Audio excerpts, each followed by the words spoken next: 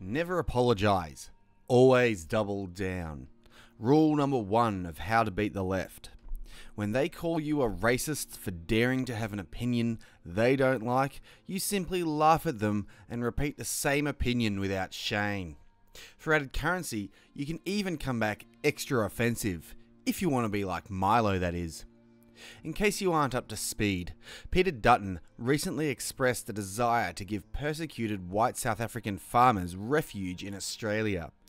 White South Africans are under constant threat of racist attacks, spurred on by violent anti-white rhetoric of certain political figures, compounded by the recent move to confiscate white farmers' land without compensation. In most languages, this is known as stealing, but as any leftist will turn blue telling you, it's the price they pay for living in a civilized society. I'd be reluctant to call South Africa in 2018 civilized, but the left and the truth rarely meet. The reaction from the Australian far left has been predictable as the day following the night, or regret following the office Christmas party.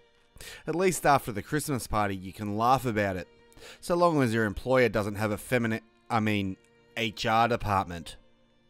We got the usual rubbish from the leftist media and Twitter crowds, but the greatest meltdown came from the Greens, who betrayed their true anti-white agenda.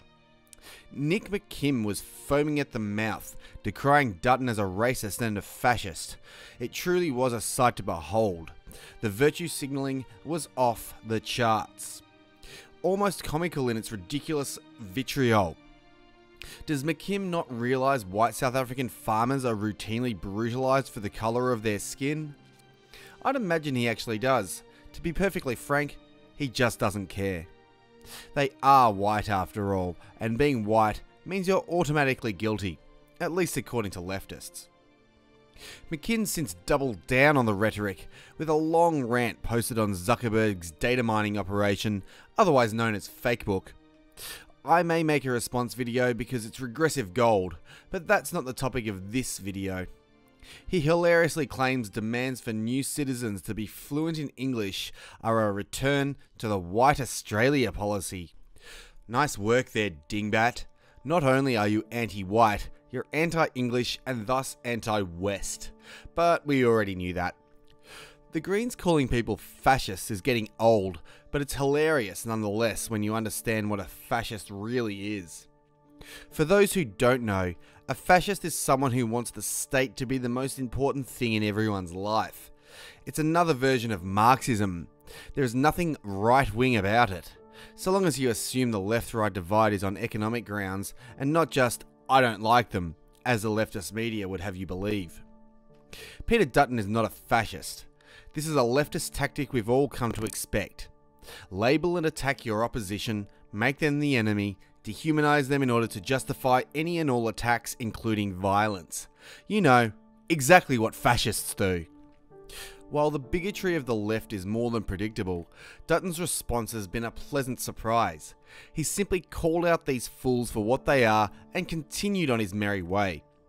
By standing up to the left on an issue as important as this and refusing to back down, he's demonstrating true leadership qualities. Malcolm Turnbull, take note. When you stare down the left, you win. They will huff and puff and do all they can to blow your house down, but in this story, it's the pigs doing the blowing. Stay in your house of bricks and laugh at their foolishness.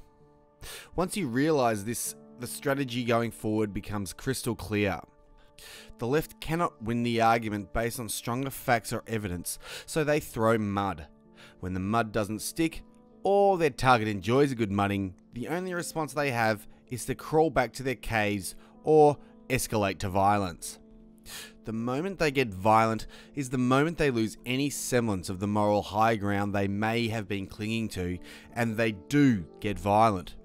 Just ask Tommy Robinson, Sargon of Akkad, or anyone who's been to a Milo Yiannopoulos talk and been called a Nazi for blowing kisses. Okay, to be fair, they didn't attack me, but they most certainly would have if the police weren't there.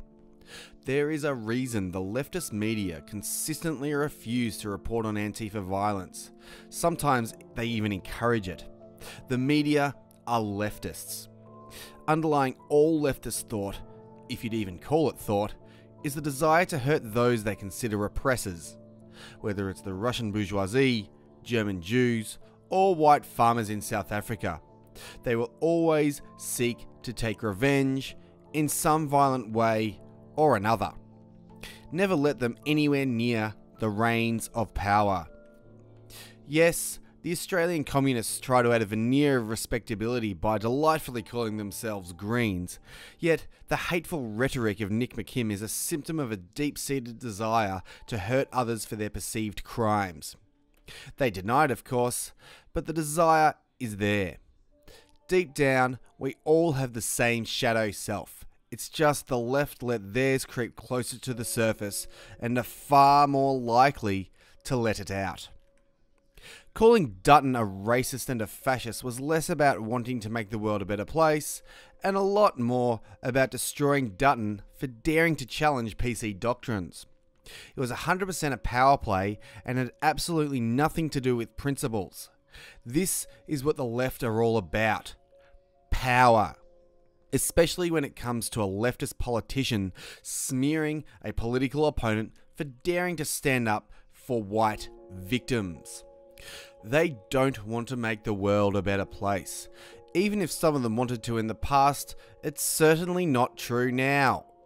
Once the destruction of communism came to light, there could be no hiding from it.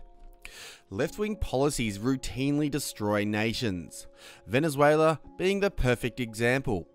It was utterly destroyed by leftist ideas, and before the destruction was obvious, the left proudly proclaimed its socialistic success. Then what happens as soon as it collapses? Just as those of us who understand facts and evidence, as well as history predicted, they went straight to the tried and tested, not real socialism argument, then went on their merry way, seeking out their next victim, and South Africa is now squarely in their sights. Venezuela was actually state capitalism, and it wasn't ever really socialism, you see. Don't tell leftists the state-owning businesses is literally the definition of socialism. Oh, but, businesses were privately owned. Most of them were privately owned, they'll proclaim, ignoring the fact that the vast majority of productive output was in the hands of the state. They'll probably call you a Nazi if you point this out, but the Nazis were socialist leftists too. Funny how things can suddenly change when the evidence doesn't fit your conclusion. I couldn't lie to myself so blatantly. It really makes you wonder if every leftist was actually abused in one way or another as a child. It wouldn't surprise me. I don't believe any of them are actually happy or living a life of true meaning. To live a life of meaning, you need to do what's best for yourself, your family, and wider society. Then again, they are expert liars and lie best to themselves most of all. The flat-out denial and lies in the face of overwhelming evidence make it clear Marxism, aka leftism, has absolutely nothing to do with making the world a better place. Someone who truly wants to make the world better will want tangible evidence their ideas are doing just that. Someone who only wants power will make any claim they can in order to get that power. The truth is irrelevant. All that matters is they are in charge. This is why the way to beat the left is simply to stare them down and continue to do what you're doing, only harder. If you're pissing them off, it means you're threatening their attempt to assert dominance over you, and they hate that. When you back down, you submit, and they win. When you stand even taller, better yet laugh in their face, they crumble. Their only choice is to back down or escalate in kind. This means an escalation of intimidation, which is nothing more than a threat of force culminating in violence. The endgame for all left-wing ideology is violence, intimidation, and power for the elite few at the top.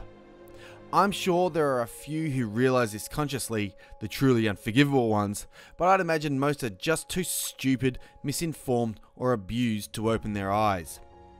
When Dutton stood up to leftist intimidation, they responded with ever more vitriol and abuse.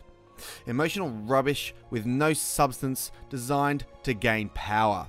They have no principles. When you deny them power, they respond like petulant children because that's what they are. It doesn't matter what you give them, they will always want more. They will always demand some other concession.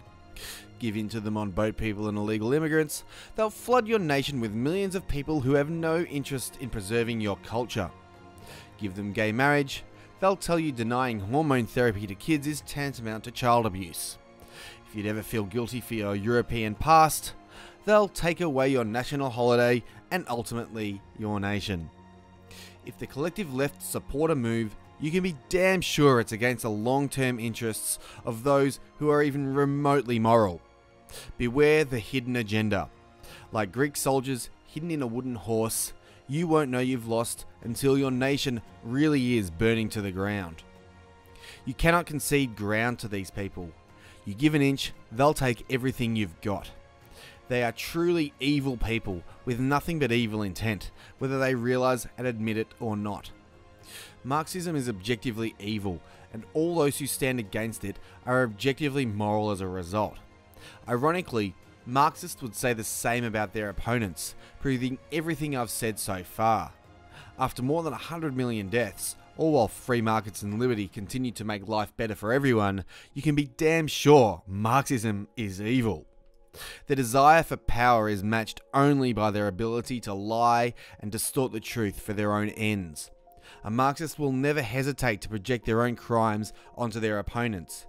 If telling the truth with compassion is the ultimate virtue, then lying with malicious intent must be the ultimate sin. Given the disaster of Marxism and the malicious lies that enable it, can anyone really argue against this? The power to intimidate through smears only has as much power as you let it, and the right to self-defense is absolute whether your particular government allows it or not. Reasonable force in self-defense is always moral, and will always be moral. Just as standing up to vicious little soy boy leftists will always be the right thing to do. Never apologise, always double down, and when you make the left angry, you win.